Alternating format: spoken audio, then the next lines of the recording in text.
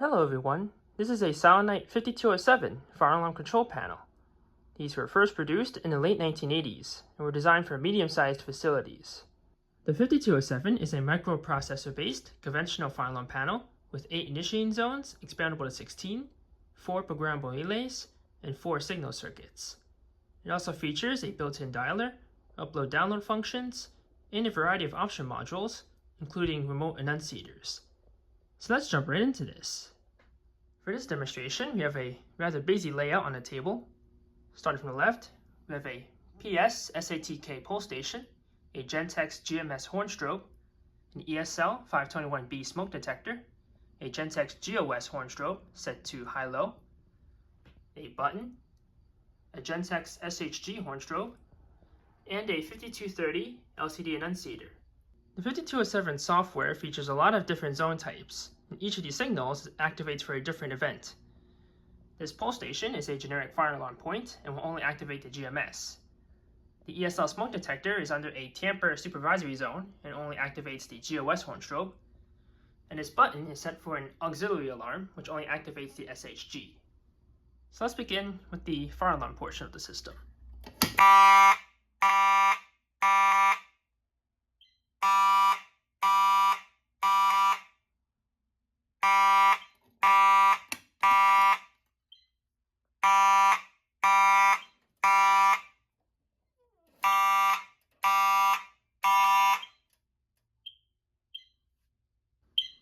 Alarms are silenced, and the panel and enunciator piezos continue to chirp. The GMS horn sounded on temporal coding, and the character display indicates that Zone 1 was activated. The enunciator provides a more detailed display indicating the alarm type and the location of the alarm. So the 1 indicates the zone number, and then there's a description that follows, which in this case is very simple, it just says first. So let's reset the system, and I'll shut off the piezo. There we go. The character display goes back to its normal cycling. And now there's a memory LED indicated, as the memory buffer now has an event on it, which was the alarm as shown before. To clear that, just hit clear memory, and now the system is back to normal. Now for the smoke detector, and I'll sound the GOS.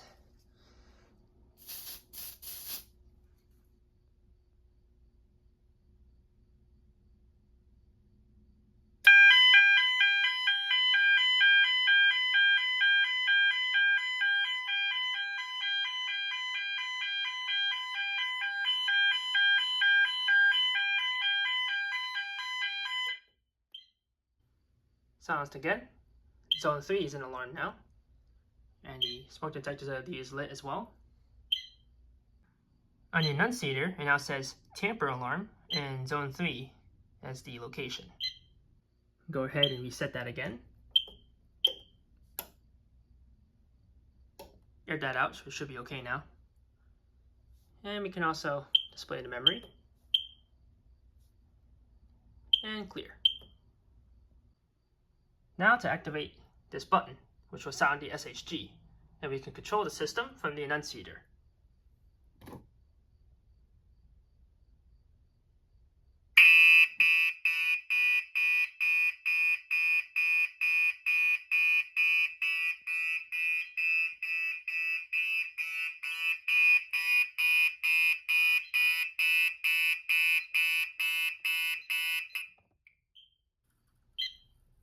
Silence the system again, this time from the enunciator, and the SHG horn sounded in march time, which is done by the device itself, not by the panel. The enunciator indicates Zone 4 auxiliary alarm. So now we can reset the system.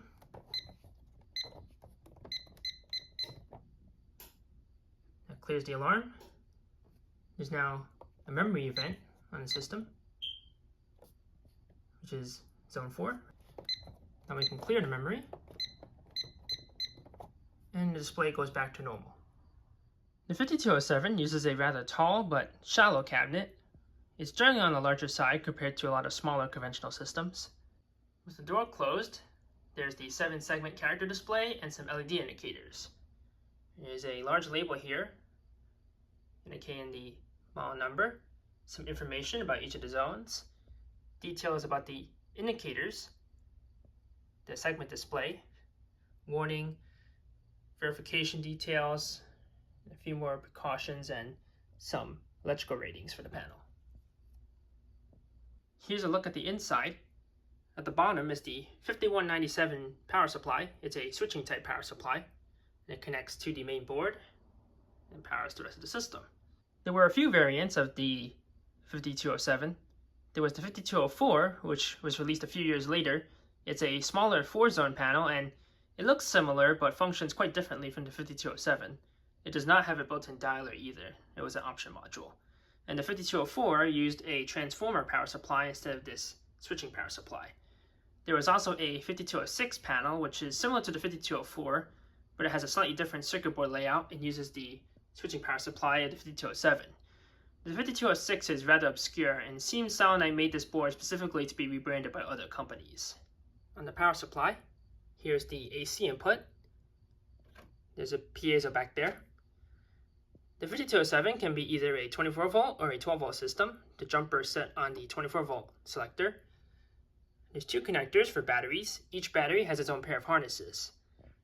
And they're not plugged in here because for some reason this panel does not have any battery trouble on it. So those are left out. There's a large harness here that connects to the main board. These connectors down here are for the 5230 annunciator. Pair of wires for power and another pair for communications. A remote silence switch can also be connected here using this terminal block and the positive on the power side. On the left side are the initiating zones. Zones 1 and 2 are wired up as Class A, and they have terminals on the top and bottom for circuit ground. And down here are the other zones, zones 3 through 8, which are all Class B. Each pair of zones shares a common positive terminal with their own negative terminals. On the right side are the outputs. All these empty terminals here are the 4 programmable relays. Each one is a Form C type relay. And towards the bottom are the 4 signal circuits, and all of them are Class B. At the very top are terminal blocks for the dialer. There are 2 supervised phone lines, an earth ground, and an output for a dialer failed condition. There's a couple of connectors on the circuit board. This one here is for the 4180 status display module. Towards the bottom, there's a connector here for the 5230 annunciator if it's being used for programming. There's an X bus here, and this connector here is for the 5210 zone expander module. On the inside of the door, there's a basic wiring diagram, as well as some information on how to use the internal keypad for various functions. There's also information about 2-wire smoke detectors and FCC information. The 5207 board has a small keypad. There's the reset alarm function, clear memory, dialer reset, download, display memory, display troubles, 7 silences troubles, set date, set time, and a test button. This is a lamp test for the display and also sounds the signals for a brief period.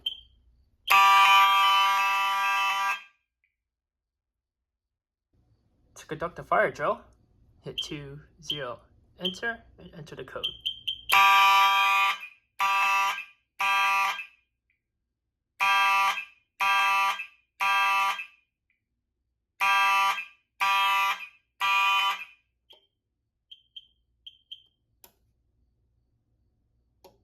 This panel also has a zone troubleshooting mode.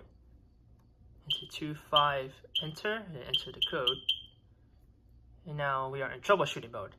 The troubleshooting mode could be used to diagnose various issues with the system. All alarms and troubles are ignored in this mode. And to exit, we just hit clear. Programming on the 5207 is primarily done through the 5230 annunciator. To enter programming mode, hit 27 enter, then enter the programming code.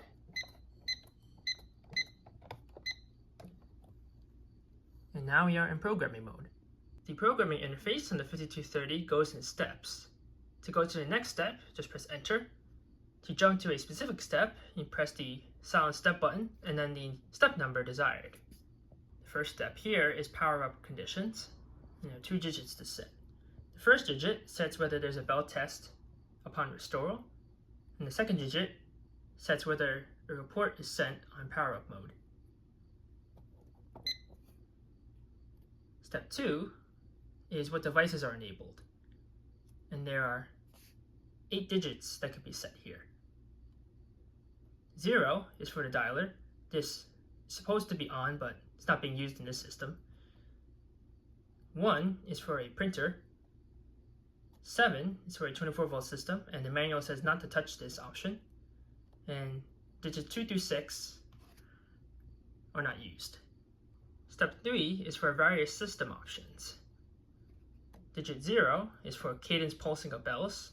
In this case, it's the 5207 style temporal coding. 1 is for access code to be acquired on the local keypad at the main panel. Digit 2 is for the trouble tone use in pre-alarm. 3 is for pulsing fire bells. Both 0 and 3 need to be set if a custom code is to be created. 4 is for a trouble tone for smoke delays. 5 is to report fast restores. 6 is not to be touched. And 7 is for time display in military format. Step 4 is display, and is for the enunciators. The first digit sets how long the LCD is lit for, and the second digit sets how many enunciators are to be supervised on the system. It's set to 0 even though there is one enunciator in the system. This just means this enunciator is not being supervised by the panel. Step 5 is miscellaneous options. Digit 0 is to report walk tests. Digit 1 is to make the system clock more accurate. The manual says not to touch that. 2 is ground fault detection. Digit 3 is for sequential bell testing. Instead of sounding all the signal circuits at once, it'll only sound the one at a time. Steps 4, 5, 6, and 7 are to supervise the signal circuits, so all 4 of them are being supervised. Step 6 is for general zone options. Substep 1 is 24-hour zones. It's a bit of an odd feature. The manual says not to touch that, so we leave that alone. Substep 2 is for trouble supervision, and ideally all of them should be supervised, so we'll add 3 and 4. Substep 3 is not to be selected, so I'm not sure why that's selected. Step 4 is for normally open zones, and the manual says to leave this alone as well. Substeps 5 and 6 set the response times for each of the zones, and there are 4 options. The fastest option is pretty much instant, although the manual says 0.094 to 0.25 seconds. The manual recommends this option not be used, as there's a higher chance of false alarms due to transients or interference. The next one up is 3 to 4 seconds, which is the default, followed by 15 to 20 seconds and 30 to 40 seconds. The longer response times are presumably used for water flow zones only. Substep 7 is not to be used. Substep 8 is for pre-alarm delay. Substep 9 is for alarm verification for smoke detectors. And lastly, substep 10 indicates which zones can be disabled, which is all of these. Step 7 is pretty much the same thing, but for zones 9 through 16, if the 5210 zone expander is installed. Step 8 sets the last zone on the system, which in this case is 8. If the expander was installed, that would be 16. Step 9 are dialer options. Digit 0 is to retry if fail. Digit 1 is to enable phone line 2. Digit 2 is not used. Digit 3 is for a ground start. Digit 3 is for a ground start. Digit 4 is to enable phone line monitoring. Digit 5 is to detect answer rings. Digit 6 is not to be used. Digit 7 is for enabling upload and download functions. Step 10 is the total number of attempts to dial a phone number. This is normally set between 5 to 15, but for local systems, or in this case because the dialer is disabled, it's set to 0. 11 is the number of attempts before the system indicates a dialer failed trouble. For a local system, or in this case it's set to 0, but normally it's a non-zero number. Step 12 is the AC report delay. 13 is the number of rings before the panel answers for upload and download functions. This is normally set from a number between 1 and 15, but if it's not used, it's left at 0. Step 14 is various report to options. Substep 1 is to report alarms or troubles. The first 4 digits for reporting alarms to lines 1, 2, 3, and 4, and then the last 4 to report troubles to the same phone lines. Substep 2 is to report zone disables and zone restorals. The first 4 digits are for disable, and the last 4 for restore. Substep 3 is to report open resets on the first 4 digits only. The last 4 digits are not used in this step. Substep 4 is to report tests, and that's only done with the last 4 digits. The first 4 are not used here. Substep 5 is to set which reports must be reported for the first 4 digits. If they're enabled, if the report can't be sent, then a dialer failed is reported at the panel. The last 4 digits set the line type. Touch tone for line 1 on digit 5, digit 6 is for touch tone on line 2, 7 is touch tone only, and 8 enables 16 zone reporting. Step 15 is the computer phone number for upload-download functions. Step 16 is to set phone numbers, and 4 can be set here in the substeps. 17 is the account numbers, 4 account numbers as well.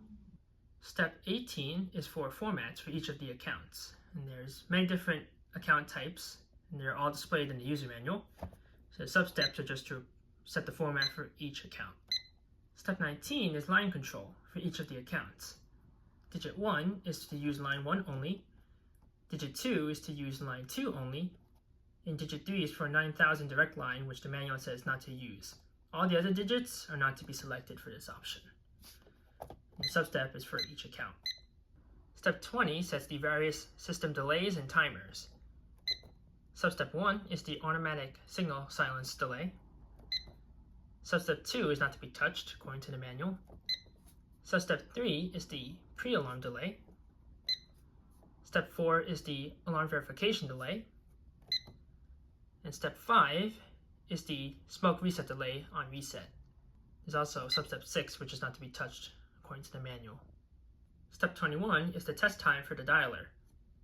This option is set for midnight, but dialer is not installed, so this doesn't really matter. Step 22 are the access codes for the panel. Substep 0 is the programming code. Not showing it here, but the default is in the user manual. Substep 1 is the user code. This is used for all the basic operations on the keypad, here and on the main panel. There's additional users that could be added here in substeps 2 through 9, and they have the same access level as the user code, not the programming code. Step 23 sets the grouping for relays and signal circuits. Substep 1 is for pre-alarm. The first 4 digits are for the relays, and the last 4 are for the signal circuits. Substep 2 is for tamper alarms. Step 3 is for auxiliary alarms. Substep 4 is for fire alarm. Substep 5 is for troubles. And substep 6 is for non-silenceable. Step 24 sets what outputs to activate by zone.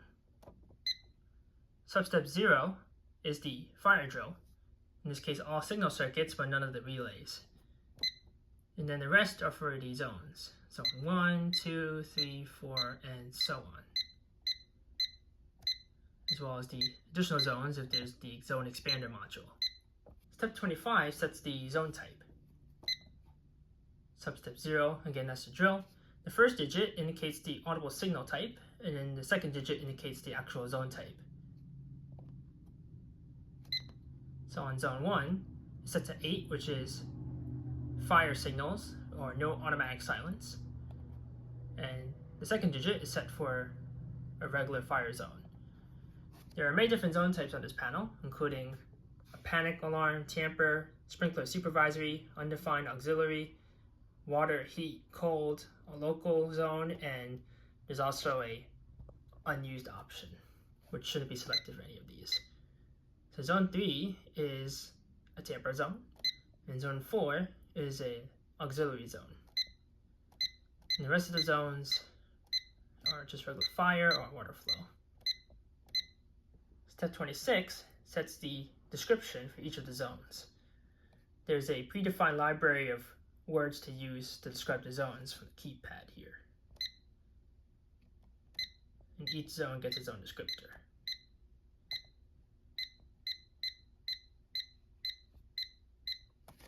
Step 27 sets the length of the temporal coding if a custom coding is to be created.